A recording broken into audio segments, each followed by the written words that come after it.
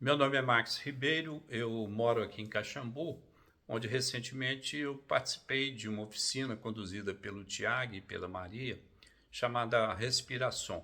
Foi uma experiência muito diferente, muito incrível. Eu me aprofundei para dentro de mim, mergulhei naqueles sons, viajei profundamente. Foi realmente muito interessante. E depois dessa oficina eu adquiri um áudio que eu comprei no site deles e tenho usado esse áudio como minha ferramenta de meditação. Cada experiência é uma viagem.